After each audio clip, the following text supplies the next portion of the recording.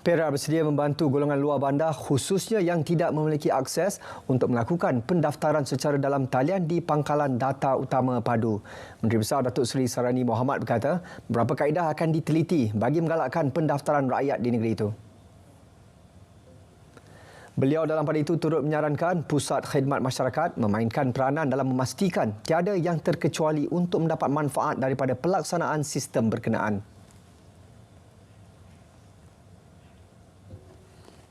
Kaedah bagaimana nanti kerajaan negeri akan membantu untuk facilitate dan juga mempercepatkan proses.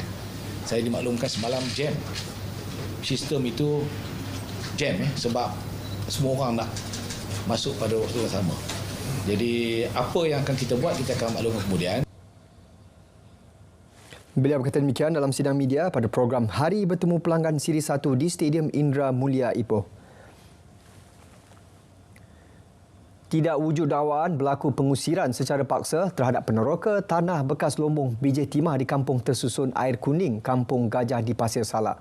Menteri Besar Perak Datuk Seri Sarani Mohamad menjelaskan beberapa siri rundingan secara langsung bersama pengusaha-pengusaha tersebut telah dilakukan sejak tahun 2021 termasuk tawaran ex gratia diberikan kepada mereka.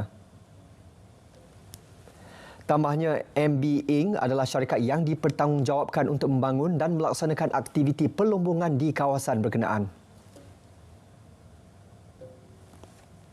Tanah itu tanah MB Inc. yang telah pun mendapat pajakan melombong tapi telah diteroka. Okay? Bila kita nak mengusahakannya, kita kena uruskanlah tinggal-tinggal tersebut. Jadi yang penting saya nak ingat itu tanah MB Inc. Maka kita nak keluarkan, kita nak develop, nak keluarkan hasil biji timah daripada kawasan itu.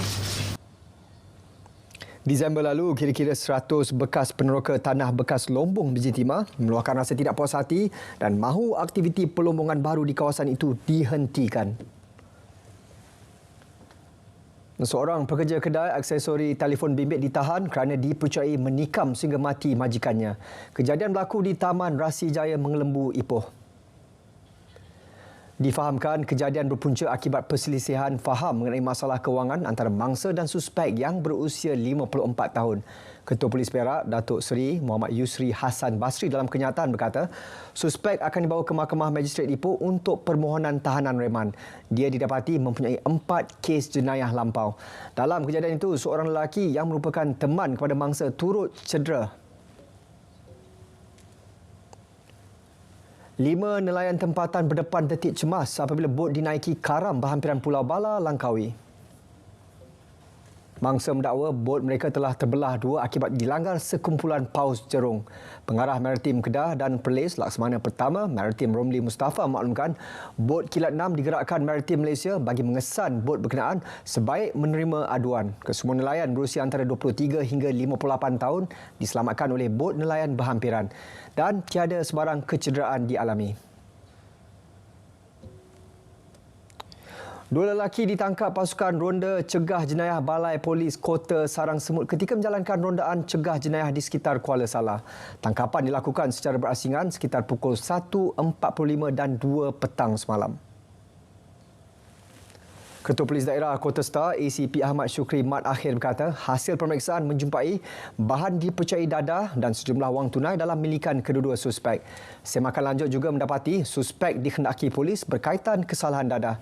Hasil ujian saringan air kencing mendapati kedua-duanya positif dadah jenis syabu. Seorang lelaki warga Emas maut manakala cucunya cedera selepas motosikal yang dinaiki merempuh sebuah pacuan 4 roda. Kejadian berlaku di Jalan Kuala Pegang, Parit Panjang, Baling kira-kira pukul 5.30 petang semalam. Ketua Polis Daerah Baling, Superintendent Syamsuddin Mamat berkata ketika kejadian, kenderaan pacuan 4 roda yang dipandu seorang lelaki 63 tahun dalam perjalanan dari arah Kuala Pegang Mahala ke Parit Panjang. Manakala bangsa Muhammad Nur Zizan Ismail, 61 tahun bersama cucunya Nur Damia Kaisara Nur Azlimi, 9 tahun yang menaiki sebuah motosikal dari arah Hospital Baling Mahala ke Sek. Apabila tiba di tempat kejadian itu, di Kampung Mengkuang Masjid, kenderaan pacuan 4 roda telah membelok masuk ke kanan iaitu ke stesen minyak Borakoil. Mangsa yang mengekori dari belakang tidak sempat mengelak sebelum terlanggar bahagian sisi sebelah kanan kenderaan. Kes disiasat di bawah Seksyen 41/1 APJ 1987. Ketua Jabatan Siasatan Jenayah, Ibu Pejabat Polis Kontijen Kedah, Azli Abu Shah dilantik sebagai Timbalan Ketua Polis Kedah yang baru hari ini. Beliau menggantikan Datuk Abu Samah Muhammad Nur yang dilantik sebagai Komandan Maktab PDRM Kuala Lumpur. Majlis serah terima tugas disaksikan oleh Ketua Polis Kedah, Datuk Fisol Saleh di Dewan Tengku Ibrahim IPK Kedah pagi tadi. Terdahulu sebelum itu, Datuk Fisol telah menyempurnakan pemakaian pangkat kepada Azli. Dalam majlis yang sama juga turut diadakan majlis serah terima tugas Ketua Jabatan Siasatan Jenayah Kedah di antara Azli dan Wan Azharuddin Wan Azhar yang memangku jawatan tersebut.